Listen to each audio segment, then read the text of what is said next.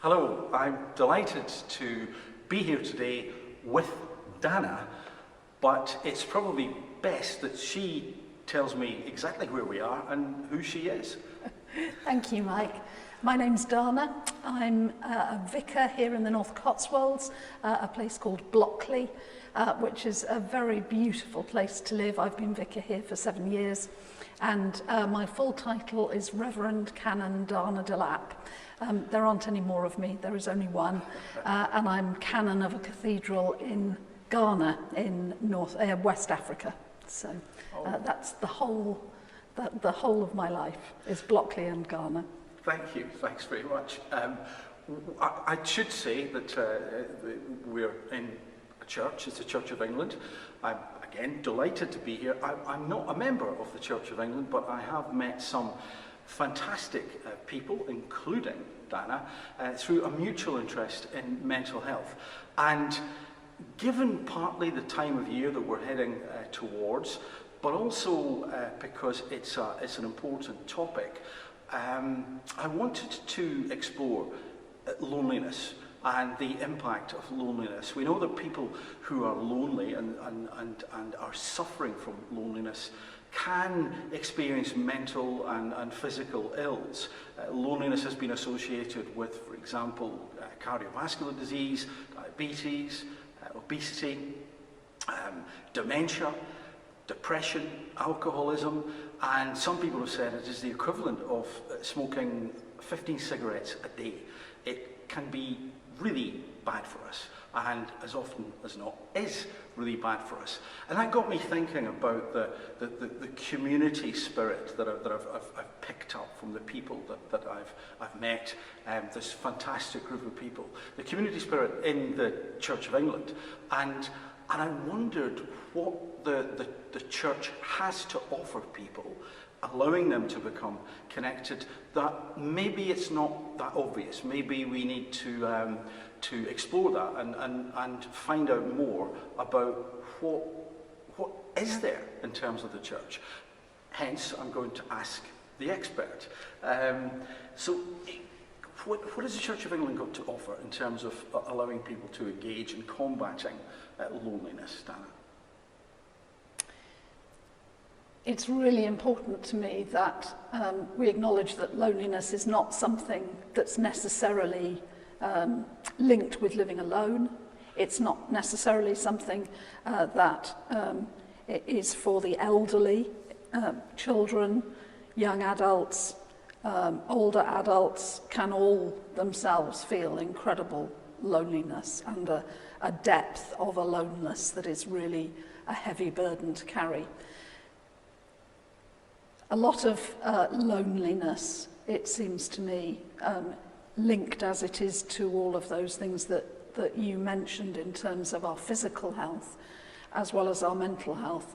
A lot of loneliness is a burden that is unseen. People once described to me depression as being like a black dog who follows you around. The Bible talks about pain and depression as being like a pit, and it's really difficult to get out of that pit on your own. Loneliness is like a pit. Even if you're surrounded by people and light, it can be a scary place, and a place that drains us of colour, of energy, of creativity. What does the church offer? I think two things primarily, and then a third that I'll tag on because I'm the vicar. So the first one is a sense that we are part of something bigger than ourselves. This site has been used for Christian worship for, since the 9th century. And people have come here to pray or to just be. There's a sense that this church has seen, as so many churches have, people in their moments of greatest joy, greatest pain, and many, many people who are lonely. So it is a place that recognises the good in that we experience in life, the positive things, as well as the really difficult times that we walk through. I think the other thing that the church offers to people is a sense of community. We have all sorts of things going on in our community here in Blockley, so we have lunches for the elderly and Cakes and Co that offers tea and cake and some entertainment to people who don't get out very much. We have all sorts of community facilities like the food bank, but the church does a remarkable job of bringing people together of all ages.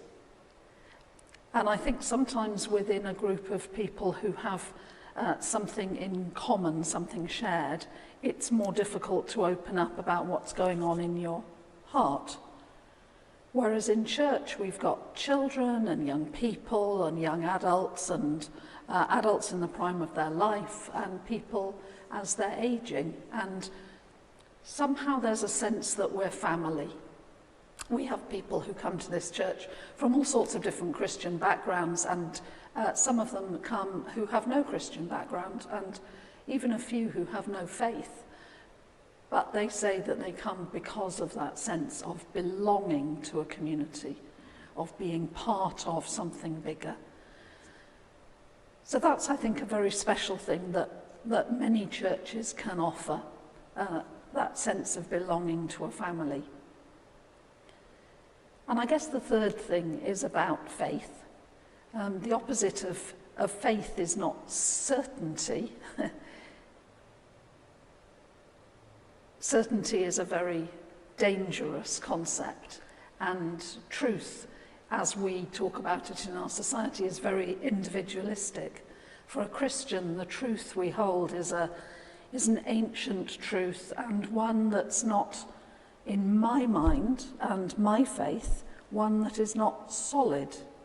Truth is interpreted by different generations and different societies. It's really important that we hold that very gently and very tenderly. I love to encourage people to doubt, to ask big questions. If they can't find God within their lives, within their hearts, well, there might be something else there. There may be light, there may be goodness and love, there may be hope, all of which for me are attributes of God. And those are what sustain us when we need to be resilient, or when we've fallen on our journey and need some help to get up. That's fantastic. Thank you. It's really interesting what you said about that sense of belonging, a sense of community, and the fact that you have people who, well, their faith may be different, or they may not have faith, and yet they still find something, whatever that is. And that's probably a deeper conversation for another time, which, again, I really find, fascinating. It's just, there's so much in that I think is so important, because we really need, in my opinion, to come together more. It's as if families and communities, if we're not careful, are becoming more and more atomized. So something that has a magnetic pull that people feel a part of, that they can get involved and have that sense of some form of common direction, I think is crucial, it's essential these days, particularly with all that's going on. Having said all that, which I think sounds great, what could the church do more of, if anything? I think two answers. The first one is we're in an extraordinary position. Most communities, certainly most larger communities, have a church within them, sometimes two or three. And we have access to all sorts of different supporting services. We may well have links with our local school and with mentors and counsellors and teachers there. We may well have links with a food bank and with those agencies, those NGOs that are working with people who are living in poverty. We might have contacts with a prison, with social services, with local police and shelters, We may have community events and support that we run. And it seems to me that one of the most important things we can do is form relationships with each other so that we can hold people when they are most vulnerable. And I know that I talk to my GP, and my GP's practice. I'll spend time with the food bank and with other agencies and around here, particularly with school, doing as much support as I can to those professionals who are working with people with mental health burdens upon them. And sometimes supporting them supports the people that they serve and look after. So that's really important. Added to which, it's much more fun working within a team and with people that you've met and get on with than it is working on your own. The other thing is getting to know Jesus. Now, I know that sounds really corny for a vicar to say that, but actually he's an extraordinary man. He has the ability, and it comes through in the stories in the Bible, of stopping and looking and hearing people. And our society is always in such a rush. I see people rushing up to school to get the kids there on time, rushing off to work, rushing to get to appointments in time, and so on. And I am just as guilty of it as anybody else. But sometimes there's a moment when somebody is standing in front of you and you just have to make a conscious decision to stop. And then you have to make a conscious decision to look. When I was a prison chaplain up in the northeast of England, it was much easier to do this because the people that I was working with were very demanding and would make me stop and look and see them and then listen. And it's something they taught me, the people that I was working with in the prison, the prisoners, the women that I worked with, taught me to do that, and I hope I've brought that here and into the things that I do. If we can really see the people in front of us, stop long enough to hear what they want to say, actually the blessing is on us, because we're seeing a person as God sees them. Jesus was forever doing it. He did it with women caught in adultery who were about to be stoned to death. He did it with men who had been lying ill, waiting for some superstition of a moving pool to heal them.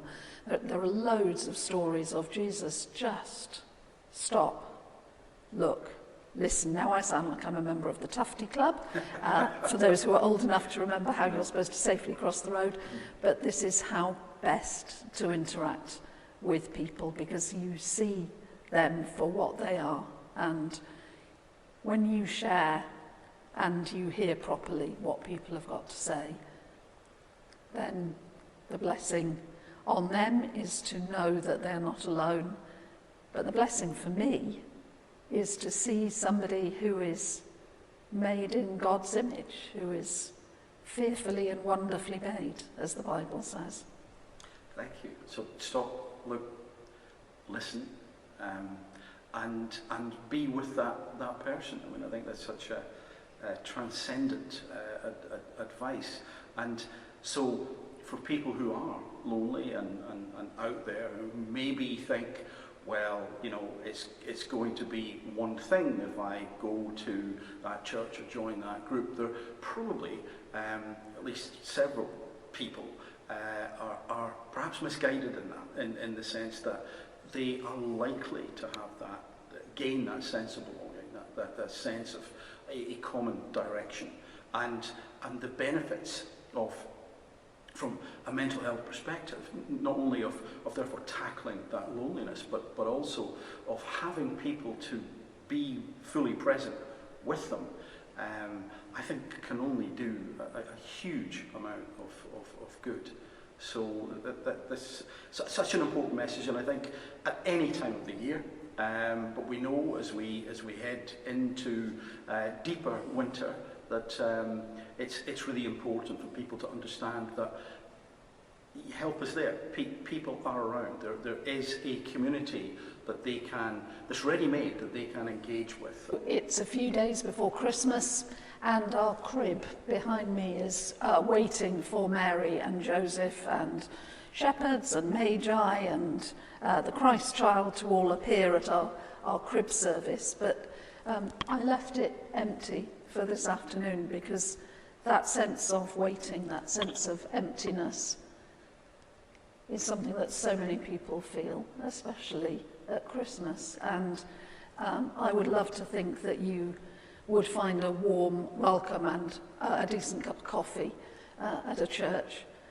And most important of all, for the Christian church, Christmas carries on after Christmas for weeks and weeks and weeks. The Church of England just keeps things going for a long time because the mystery of Christmas is so huge, the idea that God came to live among us as a child and grow up to be an adult, to know what it is to be fully human. And the mystery is so great, and the community celebration is so fabulous that it's not something we want to leave behind on Boxing Day or even on the 12th day of Christmas. So in the darkest days of January and on into February, as the bills come in and as the nights continue to be dark and before any of the flowers come and the trees bud and we've got that hope of spring, just know that you are loved. And if you're lonely today, know that somewhere out there is someone who wants to listen. Well, on that powerful message, all that remains to say is, not all, because it's a huge thanks. Thank you very much, Dana, for your time, your expertise and your wisdom. Thank you. Bless you, Mike. Thank you. Thank you.